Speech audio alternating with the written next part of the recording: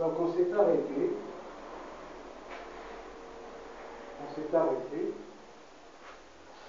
tout à l'heure à ce que recommandait Noël pour écrire avec clarté. Qu'est-ce que ça veut dire? La clarté. Donc, il y avait, et Noël a développé cette clarté selon ces critères-là. Donc, c'est savoir ce qu'on veut dire. C'est, premièrement, savoir ce qu'on veut dire. Ça, c'est le premier critère. Ensuite, le deuxième critère, exprimer une seule idée par phrase. Une seule idée. Exprimer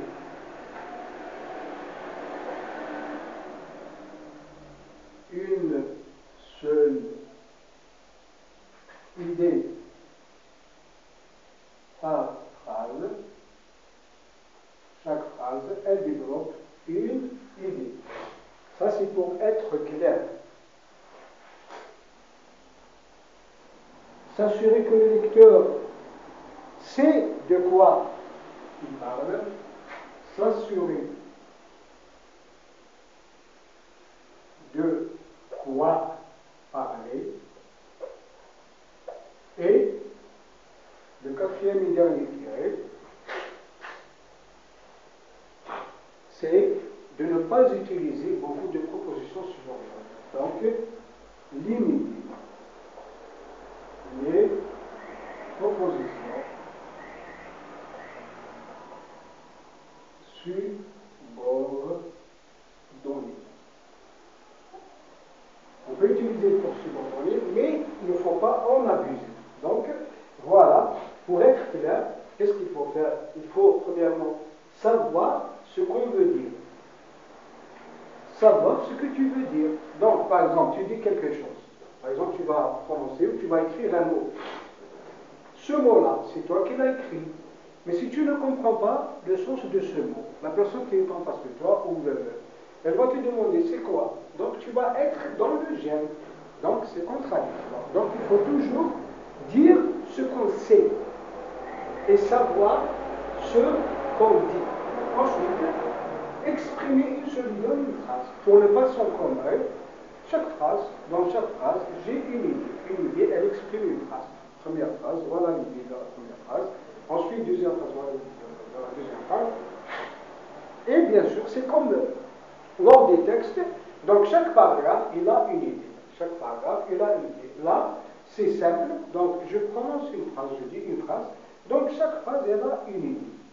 Ça, c'est pour écrire clair. Ensuite, s'assurer de quoi parler, c'est-à-dire s'assurer le sujet, dominer le sujet qu'on évoque ou qu'on développe. Il faut le dominer, il faut savoir ce qu'il y a dans ce sujet, ce qu'il y a, les idées de ce sujet, le champ lexical de ce sujet.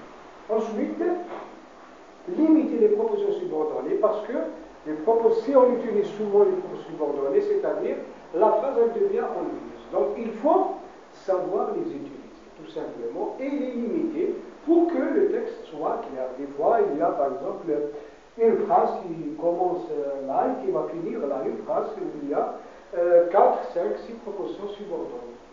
Donc il faut limiter. Toi, tu sais, c'est-à-dire ce que tu veux dire, mais le lecteur, le destinataire, c'est difficile pour lui de comprendre ce que tu veux dire. Donc, il faut limiter les propositions subordonnées. Donc ça, c'est être clair. Ensuite, on passe à la circoncision. Donc, à la concision plutôt. À la concision. La concision, c'est-à-dire être bref. Concision, la concision, donc la concision, c'est quoi? Être bref, c'est-à-dire être, la concision, c'est être bref. Ça veut dire quoi? Ça veut dire avec peu de mots, plus de choses. Avec peu de mots, je dis plus de choses. Donc, employer le moins de mots possible pour exprimer le plus de contenu. Donc, employer le moins de mots, employer le moins de mots. Employer le moins de mots. Employer le moins de mots pour exprimer le plus. Employer le moins de mots pour exprimer le plus. Pour le moins de mots pour exprimer le plus de contenu. Le plus de contenu. Voilà. Donc j'emploie le moins de mots, être concision, être concis ou concis, ça veut dire être bref, tout simplement. Et ça veut dire quoi? C'est employer le moins de mots pour exprimer le plus de contenu. En une phrase, par exemple, deux fois, j'ai beaucoup de contenu. Et ça, c'est un là que l'apprenant arrive à maîtriser au fur et à mesure qu'il écrit. Au fur et à mesure que tu écris, tu apprends l'art d'écrire, l'art d'être concis, l'art d'être clair, et ainsi de suite. Ensuite, le troisième point, c'était l'exactitude. Qu'est-ce que ça veut dire? Écrire avec exactitude. Écrire avec exactitude, ça veut dire quoi? Donc, écrire avec exactitude, c'est quoi? Écrire avec exactitude, c'est le fait de trouver les mots justes pour exprimer la pensée. C'est trouver les mots justes, c'est trouver les mots justes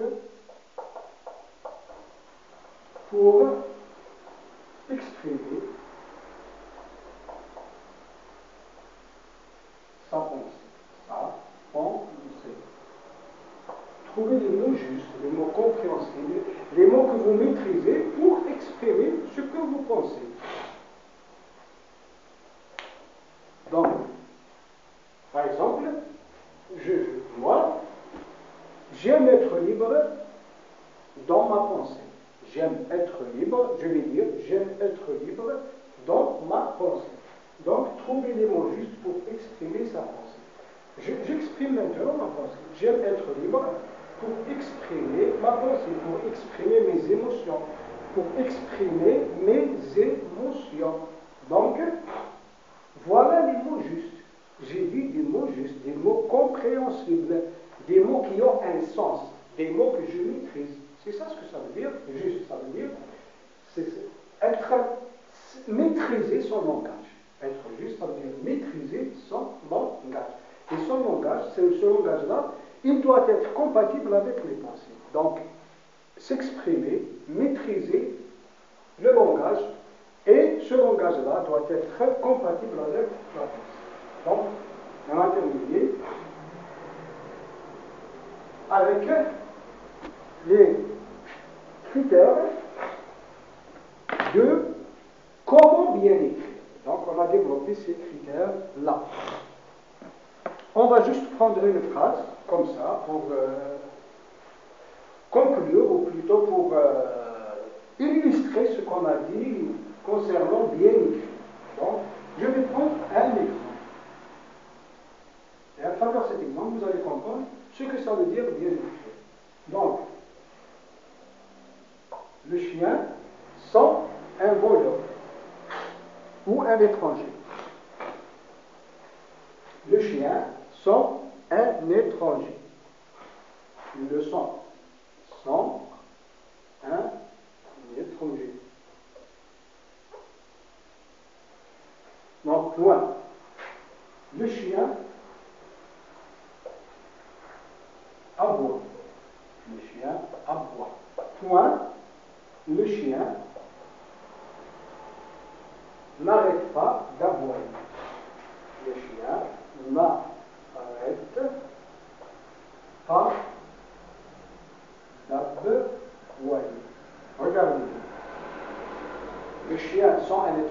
vous avez par exemple à la maison un chien, donc lorsqu'un étranger se rapproche de la maison, le chien il le sent, donc il commence à aboyer. Ensuite, le chien, donc il a senti l'étranger, il commence à aboyer. Ensuite, le chien n'arrête pas d'aboyer, puisque sûrement que l'étranger est toujours devant votre maison. Regardez bien. Donc j'ai utilisé combien de fois le mot chien? Chien, chien. Donc, maintenant, ça c'est mal écrit. Ça c'est mal écrit ou mal exprimé. Mal exprimé. Pour m'exprimer bien, qu'est-ce que je vais dire? Je vais dire sentons un étranger, sentons un étranger, virgule, le chien aboie, le chien aboie et ne s'arrête pas d'aboyer. Donc regardez bien. Là, c'est bien exprimé. Bien exprimé. Exprimé. Pourquoi? Là, premièrement, vous avez évité la répétition du mot chien, le sujet chien, le chien, le chien, le chien. Et deuxièmement, vous avez utilisé une seule phrase. Et cette phrase, elle est claire, elle est concise. Donc on a parlé de la concision. La phrase, elle est concise. On a parlé de la clarté. Elle est claire. Donc j'ai utilisé, je connais ce que ça veut dire aboyer, je sais ce que ça veut dire aboyer, je sais ce que ça veut dire un étranger, c'est une personne que je ne connais pas. Et j'ai utilisé quoi encore? La clarté. J'ai été clair, j'ai été concis et j'ai été. Donc, exact. J'ai utilisé la clarté, j'ai utilisé l'exactitude, c'est-à-dire je sais ce que je veux dire. Et j'ai utilisé encore, pardon, la concision. Donc, regardez.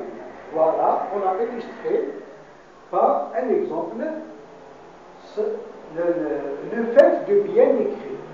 Le fait de bien écrire. Donc, voilà les éléments qu'il faut avoir pour bien écrire: la clarté, la concision et l'exactitude. Et on est dans ce domaine-là. On est exact, on est clair et on est concis. Dans la deuxième phrase, je précise bien. Dans la première phrase, non. Dans la première phrase, c'est mal exprimé. Donc, voilà la différence entre bien s'exprimer et entre mal s'exprimer. Même si dans c'est-à-dire le premier cas, on comprend, mais c'est mal exprimé. Donc, c'est ce qu'on avait à dire concernant ce sujet-là. Ce qu'il faut retenir, c'est l'importance de l'écriture. C'est l'importance de l'écriture. Ensuite, le but de l'écriture. Le but de l'écriture. L'écriture, et qu'est-ce qu'on avait dit? On avait dit le but, l'objectif le plus important dans l'écriture, c'est qu'elle permet à la personne de se construire. Plus tu écris, plus tu te construis. Ensuite, on a parlé des choses qu'il faut retenir, c'est comment écrire, c'est savoir écrire, c'est bien écrire. Et là, vous utilisez l'écriture. Donc, en général, c'est ça. Donc, l'expression, notre cours d'expression écrite, donc on l'a développé. Donc, s'il y a des nuances, vous allez encore faire des recherches et développer encore vos connaissances concernant ce cours-là. Il y a toujours un plus à savoir et vous pouvez savoir ce plus-là à travers la recherche. Donc, à chaque fois qu'on fait un cours, il faut obligatoirement faire des recherches pour enrichir ce cours-là à travers ce que vous allez découvrir. Donc, le cours étant terminé, et je vous remercie.